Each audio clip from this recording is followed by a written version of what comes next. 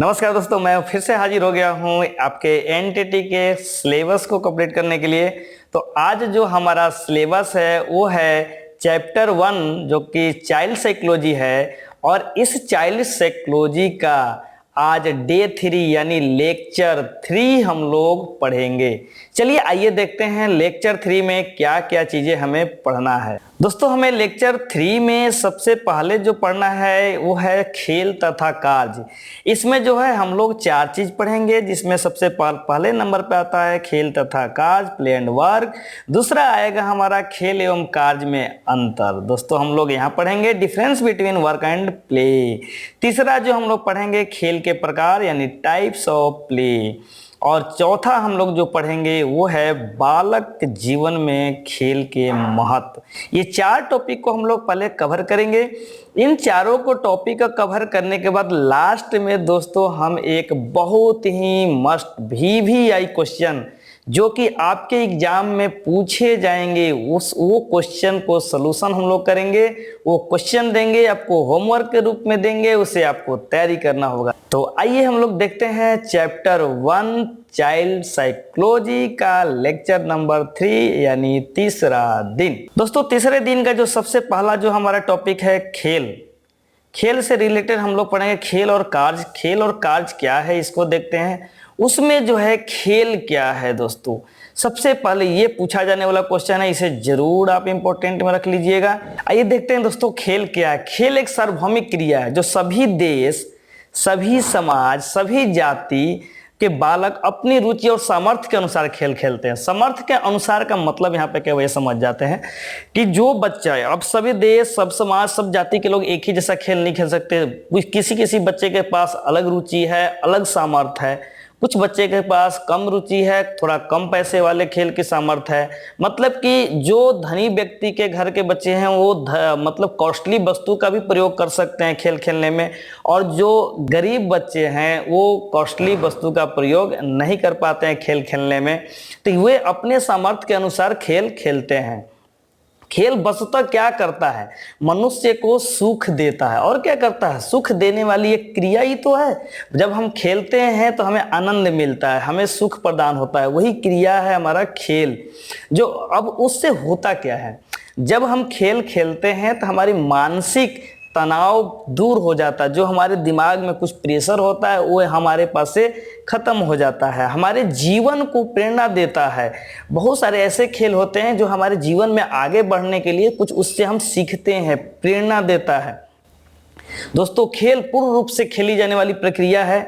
बालक, पता है एक चीज और बता दे, बालक एक ही खेल को बार बार करते हैं और हर बार आनंद प्राप्त करते हैं। हमने आज जो खेले तो आज आनंद प्राप्त किया और फिर कल जो खेलेंगे वो कल आनंद प्राप्त करते हैं। तो इस तरह से बालक जो है हमेशा खेल में आनंद प्राप्त। कई वैज्ञानिकों ने, कई विशेषज्ञों ने खेल की परिभाषा अलग अलग दिए हैं। सबसे पहला जो हमारा खेल का परिभाषा है वो स्टर्न के अनुसार है। स्टर्न कहते हैं कि खेल एक स्वेच्छा अनुरूप आत्म समय की क्रिया है। खेल क्या है, स्वेच्छा, अपनी स्वेच्छा से, अपने स्वेच्छा के अनुरूप आत्म समय की क्रिया है, ये कहते हैं स्टर्न। आइए देखते हैं दूसरे विशेषज्ञ क्या कहते हैं। दूसरे जो विशेषज्ञ है दोस्तों हमारा है टीबी नन के अनुसार। टीबी नन कहते हैं कि खेल जो है रचनात्मक क्रियाओं का गहन प्रकाशन है। खेल क्या है, रचनात्मक क्रियाओं का गहन प्रकाशन है। आइए और भी हम लोग देखते हैं कुछ और भी विशेषज्ञ क्या कहते हैं। वेल्टाइन के अनुसार, वेल्टाइन साहब क्या कहते हैं, वो कहते हैं कि खेल मनोरंजन का एक प्रकार है जो कार्य को निहित करता है। खेल क्या है, खेल एक मनोरंजन का प्रकार है। हमारा जो दोस्तों अगला जो टॉपिक है वो है कार्य। कार्य क्या है, जैसे हम लोग खेल के बारे में समझे उसी प्रकार अब हमको कार्य के बारे में समझना है। कार्य क्या है, आइए देखते हैं। कार्य वस्तुतः मनुष्य को थकान प्रदान करने वाली प्रक्रिया होती है। खेल में हम क्या करते हैं, आनंद प्राप्त करते हैं, लेकिन कार्य में क्या होता है, थकान होता है। हम काम करते करते शाम तक थक जाते हैं ऐसे। तो थकान जो है हमें देती है कार्य। अब देखिए इसमें हम लोग थकान जो होता है कई तरह से हो सकते हैं। अब देखिए कि एक बच्चा, इसके अंतर्गत जो बच्चा है बार बार एक ही कार्य को करते करते उब जाता है, जबकि एक ही खेल को खेलने में वो उबता नहीं है, लेकिन एक ही कार्य को करने में वो उब जाता है, उसको बोरिंग महसूस होने लगता है। तो बार बार करने से भी क्या होता है, कार्य करने से उबता है, लेकिन खेलने से उसे आनंद मिलता है, तो उसे बेहतर लगता है। ठीक है, अब आते हैं, देखते हैं इसे करने के लिए शरीर बाध्य होता है, कार्य करने के लिए हमारा शरीर जो है वो बाध्य होता है, तथा इससे थकान के साथ साथ बालकों में उदासीनता की भावना आती है। कार्य के अंतर्गत परिणाम को प्राथमिकता दी जाती है, अर्थात कार्य की सफलता परिणाम पर निर्भर करता है। अब देखिए, कार्य के अंतर्गत हमको क्या करता है, परिणाम खोजते हैं। जब हम कोई काम करते हैं तो उसका रिजल्ट चाहते हैं, परिणाम चाहते हैं, उसकी प्राथमिकता होती है। कार्य की सफलता परिणाम पर निर्भर करती है, यानी कार्य जो हम करते हैं उसकी सफलता उसके रिजल्ट पर निर्भर करता है। आइए दोस्तों देखते हैं हम लोग कार्य की परिभाषा कुछ विशेषज्ञों के द्वारा। विशेषज्ञ क्या कहते हैं कार्य के बारे में। इसमें सबसे जो पहला विशेषज्ञ है हमारे, वो है मैंटीन के अनुसार। मैंटीन क्या कहते हैं, मैंटीन बहुत ही सरल भाषा में एक लाइन में कहते हैं कि कार्य वह है जिसे करने के लिए शरीर बाध्य है। कार्य वह है जिसे शरीर करने के लिए बाध्य होता है, वही कार्य है। ठीक है, इसी के हिसाब से हम लोग अब देखते हैं, आइए, कि खेल की परिभाषा हम लोग जान गए, कार्य की परिभाषा जान गए, दोनों में अब थोड़ा अंतर हम लोग देख लें। खेल और कार्य दोनों कैसे भिन्न हैं एक दूसरे से, आइए देखते हैं स्क्रीन पर। दोस्तों, जो खेल एवं कार्य में जो अंतर है, सबसे पहला हम खेल के बारे में दिखाते हैं। खेल में क्या है, खेल एक लक्ष्य विहीन क्रिया है जिसका निहित तत्व आनंद को प्राप्त है। खेल खेलने में क्या होता है, एक लक्ष्य विहीन, कोई लक्ष्य नहीं होता, बस खेलना है और आनंद प्राप्त कर लेना है। खेल में क्या है, एक लक्ष्य विहीन क्रिया है ना, जिसको खेलना है और आनंद प्राप्त कर लेना है। खेल से बालक में कई ऊर्जा प्रदान होते हैं, कई नए ऊर्जा आते हैं खेल खेलने में।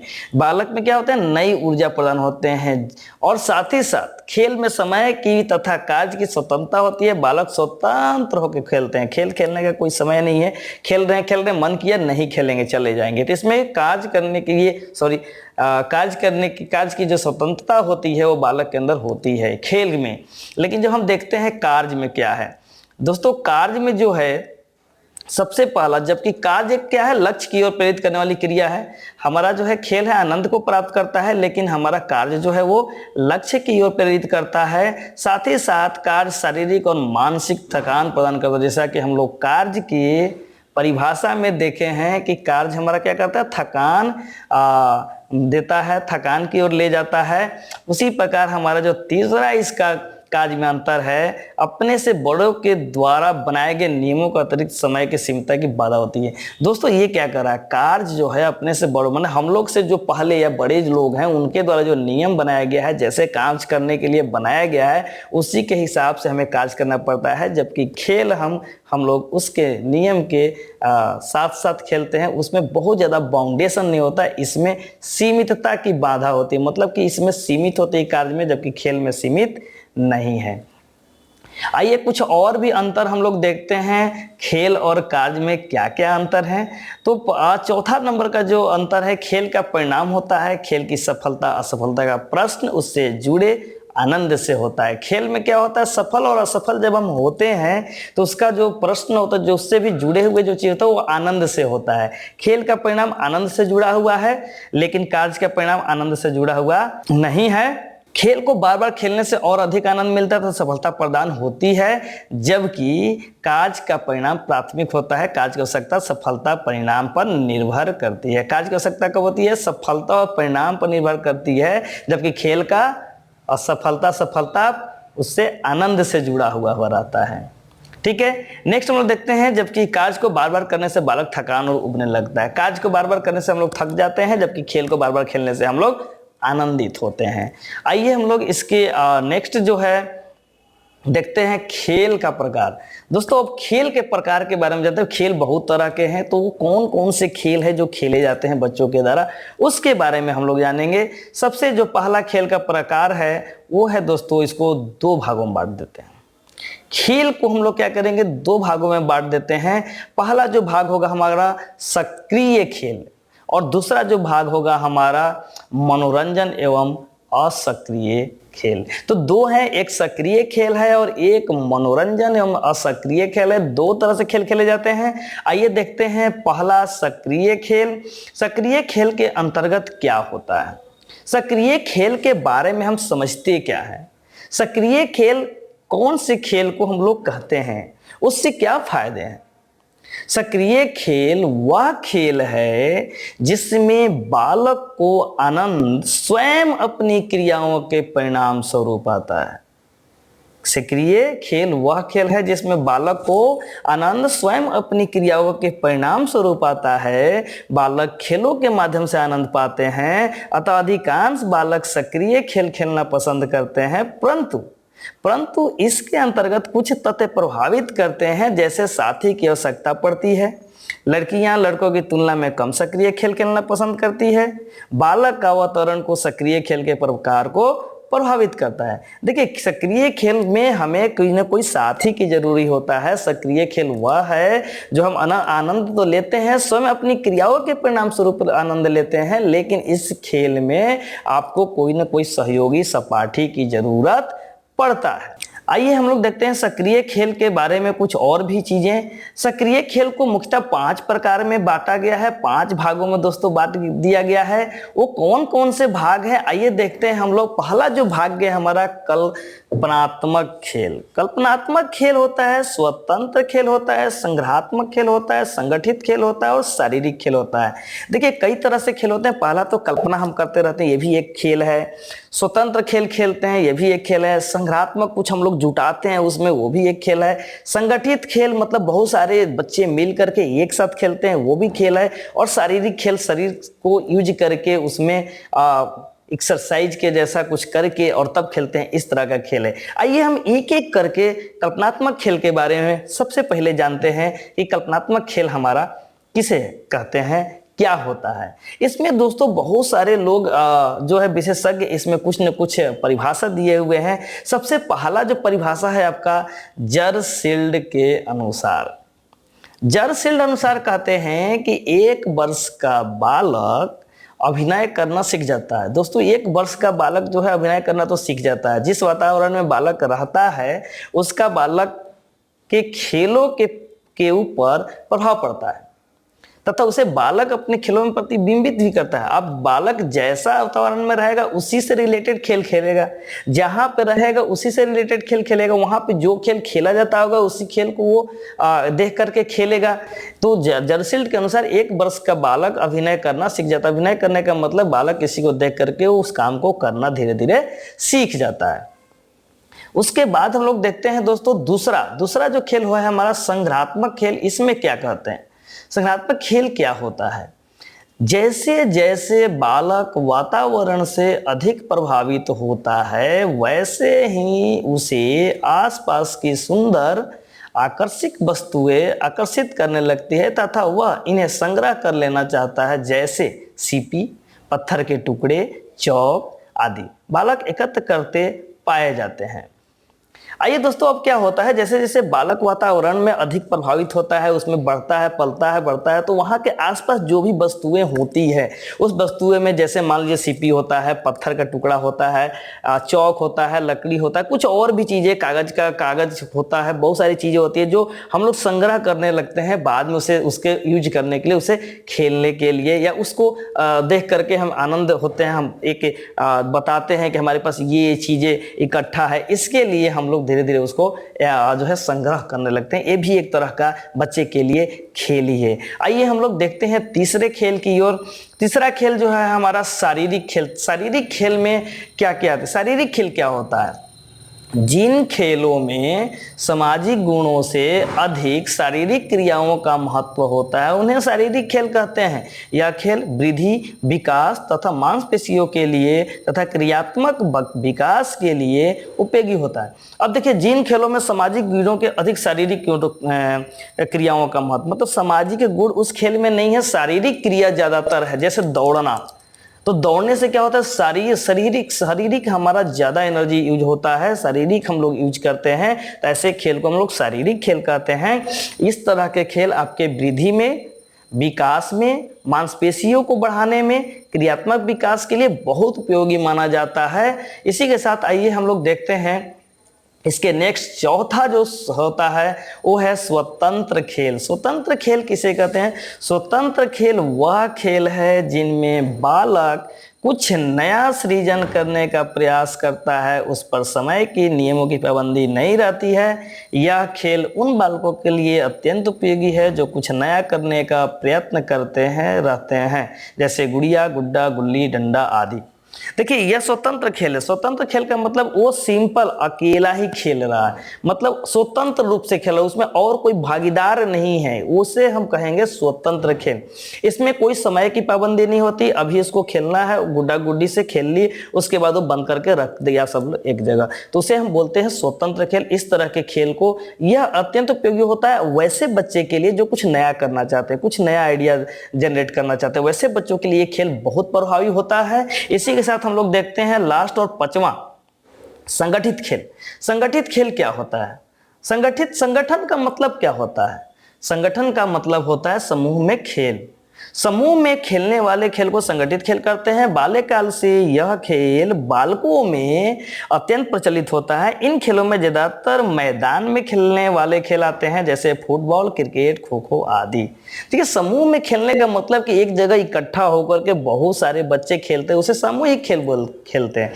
इस तरह के खेल दोस्तों ज्यादातर फील्ड चाहिए, मैदान चाहिए। जैसे हम लोग फुटबॉल खेलते हैं, कबड्डी खेलते हैं, क्रिकेट खेलते हैं, और भी इस तरह के कई खेल होते हैं जो कि हम लोग समूह बना करके समूह में मैदान में खेलते हैं। इस तरह के खेल को हम बोलते हैं संगठित खेल।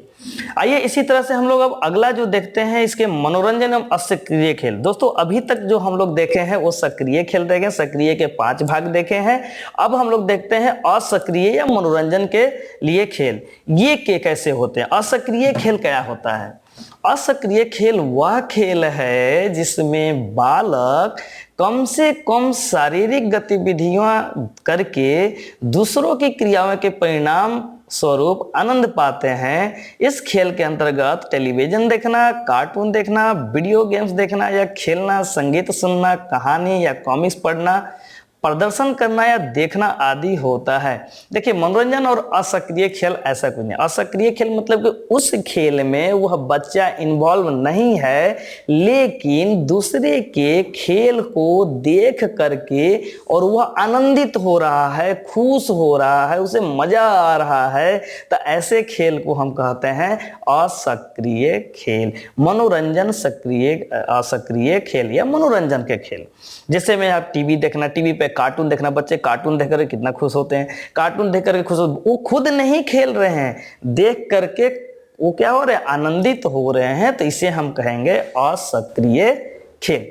आइए इसके नेक्स्ट जो है हम लोग ये देखते हैं कि बालक के जीवन में खेलों का महत्व क्या है। हाँ दोस्तों, बालक के जीवन में खेलों का महत्व क्या है? Importance of games in child life. हम बालक को खेल क्यों खेलने देते हैं, इसके क्या महत्वपूर्ण उद्देश्य हैं, क्या महत्व है उनके जीवन में, आइए देखते हैं दोस्तों। इसको हम लोग सबसे पहला जो है बालक का जो खेल का जो महत्व है वो सबसे पहले क्रियात्मक विकास के लिए जरूरी है।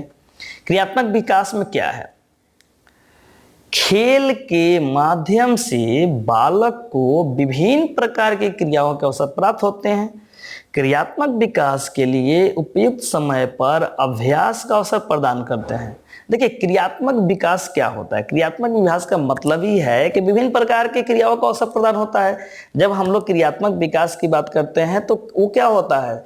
अलग अलग तरह के क्रिया करने की जो हमें अवसर प्राप्त होता है, उससे समय पर, सही समय पर, मतलब उपयुक्त समय पर अभ्यास का अवसर प्रदान होता है, इसलिए इसको हम बोलते हैं क्रियात्मक विकास। आइए इसका दूसरा पहलू देखते हैं। दूसरे पहलू क्या कहता है? भाषा का विकास। इससे हमारी भाषा की भी विकास होती है। भाषा की विकास मतलब आराम से ही बालक सबसे अधिक भाषा का प्रयोग करना सीखता है। सबसे पहले अपने परिवार में भाषा का प्रयोग ही करता है, फिर अपने मित्र समूह में करता है। सबसे अधिक बच्चा नए शब्दों का प्रयोग अपने मित्रों के साथ ही करता है, क्योंकि वहाँ उन्हें टोकने वाला कोई नहीं होता है। दोस्तों, खेल खेल में भाषा का विकास भी होता है। बच्चा जो है सबसे ज़्यादा नए शब्दों का जो प्रयोग करता है वो अपने मित्रगण में करता है, अपने दोस्तों के साथ करता है, क्योंकि वहाँ पे उस शब्द का प्रयोग करने पर उसे कोई बोलने वाला नहीं है, कोई उसे डांटने वाला नहीं है। तो यहाँ से हमारी भाषा का भी जो है विकास होता है। इसके नेक्स्ट हम लोग देखते हैं दोस्तों कि इसका और क्या प्रकार है। समायोजन का अवसर। समायोजन के अवसर के अनुसार क्या है कि अपने उम्र के अनेक बालकों के साथ खेलते समय विभिन्न बालकों के साथ समायोजन सीखने का अवसर भी प्रदान होता है।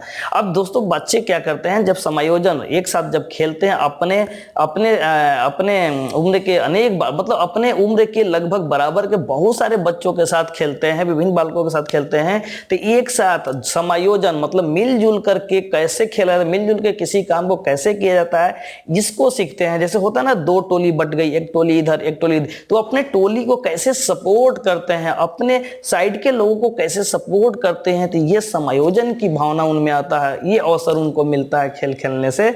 इसके कारण के लिए भी खेल बहुत जरूरी है। चौथा भी देख लिया जाए फटाफट, स्वयं का विकास। दोस्तों, उससे स्वयं का भी विकास होता है। स्वयं का विकास का मतलब क्या हुआ यहाँ पे, खेल का मैदान बालकों को उसकी स्वयं की मान्यता प्रदान करती है तथा उसकी खुद की पहचान करने के लिए विकास में भी बहुत अधिक महत्वपूर्ण भूमिका निभाती है।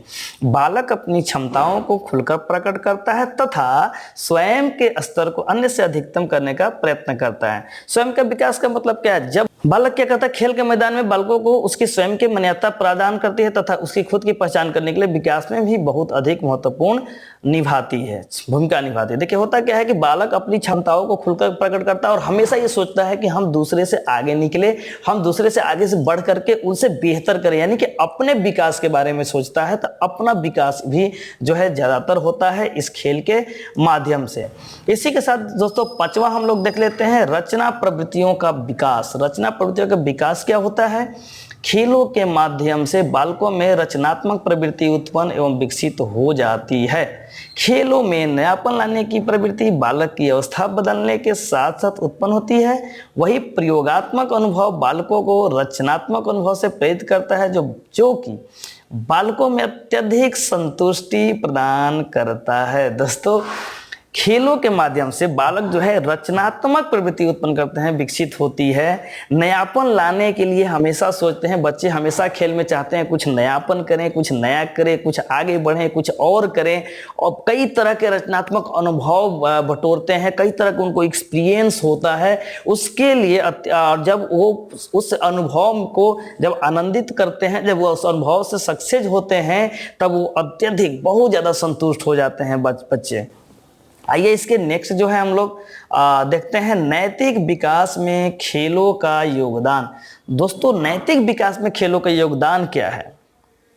खेल में बालक खेल के नियम के अनुसार चलता है तथा उसे खेल समूह में स्थान और मान्यता मिलती है। निष्पक्षता, सत्य, आत्मक संचय, बड़ों का सम्मान करना, छोटों के मूल्यों के मूल्य जानना, अपनी हार स्वीकार करना आदि, ये सभी नैतिक मूल्य बालक खेल समूह में ही सीखता है।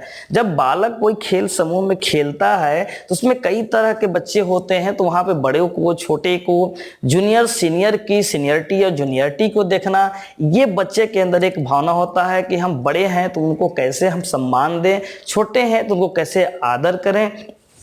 और साथ ही साथ दोस्तों, अगर जीत गए तो जीत स्वीकार करें, हार गए तो हार भी स्वीकार, इसे बोलते हैं नैतिक। नैतिक भी नियमों को पालन करने वाला, नियमों के हिसाब से चलने वाला, ये भी हमारे खेल से उत्पन्न होता है, खेल में हमें मिल जाता है। उसी के साथ देखते हैं दोस्तों, अगला जो है हमारा टॉपिक है वो है संज्ञानात्मक विकास में सहायक। खेल जो है हमारा संज्ञानात्मक विकास में भी सहायक है। इसमें सबसे इंपॉर्टेंट जो बात बोले हैं वो बोले हैं जीन पियाजे। आइए जीन पियाजे के अनुसार देखते हैं, जीन पियाजे क्या कहते हैं। खेलों के माध्यम से विकास में सहायता मिलती है। खेलों के द्वारा क्षमताओं को अर्जित, कौशलों के स्तर की जांच तनाव रहित परिस्थिति में करते हैं। खेल उसे अभ्यास तथा उपयोग का अवसर प्रदान करते हैं। अब देखिए खेलों के माध्यम से विकास में सहायता मिलती है। देखिए खेल के माध्यम से विकास में तो सहायता मिलती ही मिलती है। खेलों के द्वारा क्षमताओं को तो अर्जित किया ही जाता है।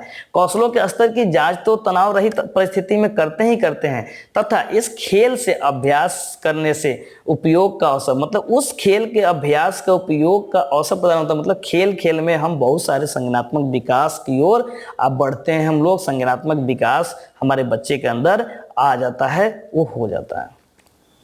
आइए इसी की तरह से हम लोग जो है नेक्स्ट इसका जो 8वां जो पॉइंट है वो शारीरिक विकास। खेल में हमारा क्या होता है दोस्तों, शारीरिक विकास भी होता है। शारीरिक विकास में क्या होता है, खेल के द्वारा मांसपेशियों का विकास होता है, भोजन के पचने में सहायता मिलती है, साथ ही साथ भूख अच्छी लगती है। साथ ही साथ इस प्रकार के बालक के शारीरिक जो विकास के लिए खेल महत्वपूर्ण है। वो छोटा शिशु यद्यपि चल नहीं सकता है, फिर भी लेटकर हाथ पांव चलाकर खेलता रहता है, जिससे उसके शरीर का व्यायाम होता रहता है। अब दोस्तों खेल में क्या होता है, एक तरह का व्यायाम भी हो जाता है। खेल हमारे मांसपेशियों को विकास में बहुत शारीरिक विकास को करता है। जब छोटे बच्चे जो चल नहीं सकते हैं वो लोग भी पैर हाथ हिला करके और खेल जान उस तरफ पकड़ने की या उसको कुछ किसी चीज़ को पकड़ करके पकड़ने की चेष्टा होती है जिसमें खेलते हैं। इससे भी उनके शारीरिक विकास बहुत ज़्यादा होता है। किस कारण से, चूँकि उसके कारण से उनको व्यायाम हो जाता है और उस व्यायाम शरीर के विकास के लिए बहुत ज़्यादा जरूरी है। आइए देखते हैं हम लोग इसके जस्ट नेक्स्ट हमारा जो दोस्तों होमवर्क है आपके लिए। होमवर्क में क्या है, खेल कितने प्रकार के होते हैं ये आपको तैयार करना है, कि बालक के जीवन में खेल का क्या महत्व है। आइए how many types of play, यानी खेल कितने प्रकार के होते हैं, बालक के जीवन में खेल का महत्व क्या है, what is the importance of game in child life.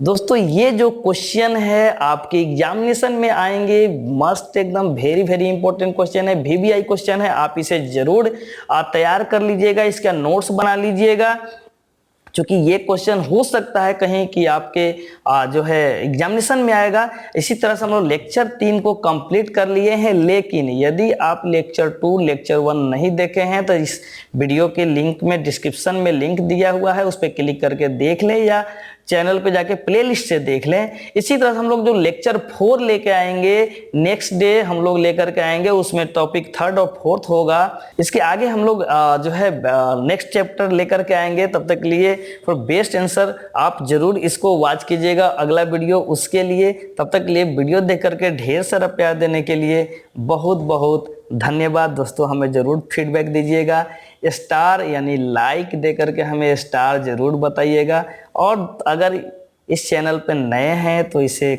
जरूर सब्सक्राइब कर लीजिए, शेयर कीजिए। जो लोग भी NTT के कोर्स कर रहे हैं उन तक ये वीडियो जरूर पहुंचाइए ताकि वो भी इसका नॉलेज गेन करें। धन्यवाद।